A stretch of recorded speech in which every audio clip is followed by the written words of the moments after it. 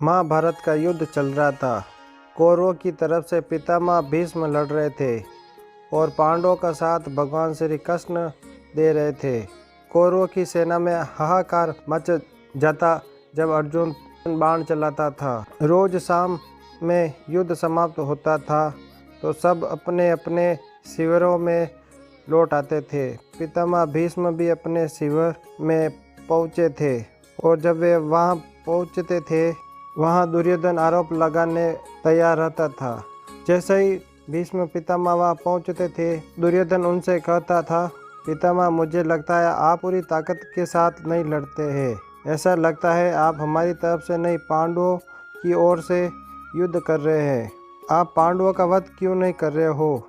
रोज शाम दुर्योधन को यही लगता था। एक दिन पितामह वहाँ पहुँचे, आते ही दुर्योधन ने आरोप लगाना शुरू कर दिया। पितामह भीष्म भी अब तंग आ चुके थे और उन्होंने गुस्से में प्रतिज्ञा ले ली, मैं गंगा पुत्र भीष्म कल युद्ध भूमि में उतरूंगा और पांडवों का वध करूंगा।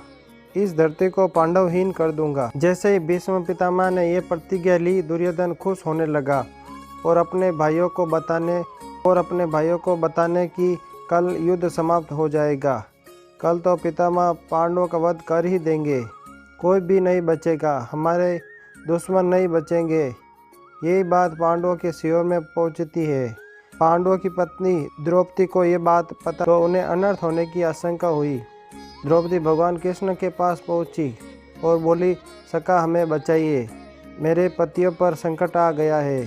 पितामह भीष्म ने प्रतिज्ञा ले ली है कि वो पांडवों का वध करेंगे। इस समस्या का समाधान कीजिए, आपकी वजह से युद्ध हो रहा है। भगवान श्री कृष्ण ने द्रौपदी को समझाया कि यह युद्ध मेरी वजह से नहीं हो रहा है, हर किसी के कर्म की वजह से हो रहा है। और रही बात समस्या के समाधान की, तो समस्या का समाधान जरूर मिलेगा।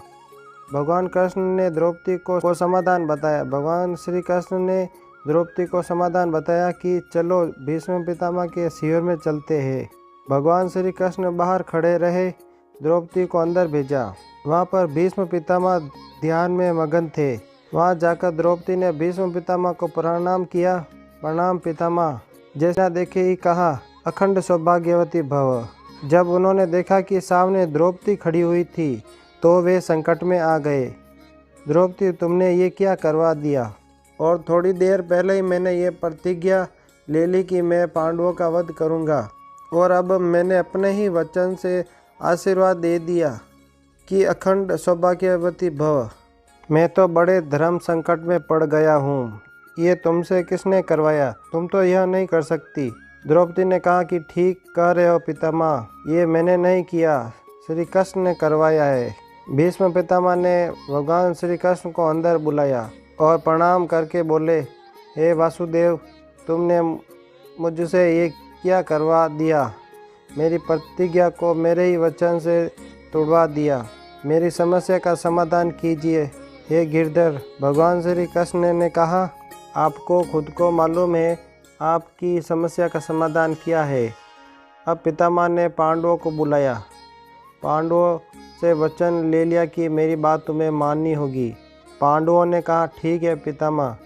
पितामह ने अर्जुन से कहा, कल मेरा तुम वध करोगे। अर्जुन ने कहा, पितामह मैं आपका वध कैसे कर सकता हूँ? बस कल मेरे प्राण लेने होंगे और ये काम तुम्हें करना होगा। अर्जुन ने कहा, जो आज्ञा पितामह, लेकिन आपका वध कैसे कर सकता हूँ? आपको तो इच्छा मृत्यु का वरदान है। तुम बात तो ठीक कह रहे हो। जब मैं अपनी पूरी ताकत से लड़ूंगा तो महादेव के अतिरिक्त कोई मुझे परास्त नहीं कर सकता। एक शर्त है, तुम मेरे सामने युद्ध भूमि में किसी नारी को लेकर आ जाओ। पांडवों ने कहा, युद्ध भूमि में नारी कैसे आएगी पितामह? पितामह ने कहा, ये सब वासुदेव पर छोड़ दो। युद्ध में दूसरे दिन अर्जुन श्रीखंडी को लेकर आया और पितामह को बाणक की शैया पर लेटा दिया। इसमें प्रतिज्ञा भी नहीं टूटी और पांडव भी बच गए। दोस्तों, ये छोटी सी कहानी बहुत बड़ी बात सिखाती है। पहली बात, जिंदगी में संस्कार बड़ी चीज़ है। हमें अपने संस्कार नहीं भूलने चाहिए, क्योंकि संस्कार जिंदा रहेंगे तो हम जिंदा रहेंगे। यही काम कौरवों की पत्नियां कर दे तो शायद कौरव जिंदा रह सकते थे। और दूसरी बड़ी बात, जिंदगी की हर समस्या का समाधान है। इतने बड़े बड़े संकट आए लेकिन महाभारत में हर संकट का समाधान होता चला गया। दोस्तों, संसार में ऐसी कोई समस्या नहीं है जिसका समाधान ना हो। हर समस्या का समाधान है। कोई ना कोई रास्ता है, आपको ढूंढना पड़ेगा। आशा करता हूँ आपको ये वीडियो अच्छा लगा होगा। वीडियो को देखने के लिए बहुत बहुत धन्यवाद। लाइक शेयर सब्सक्राइब करना ना भूलें।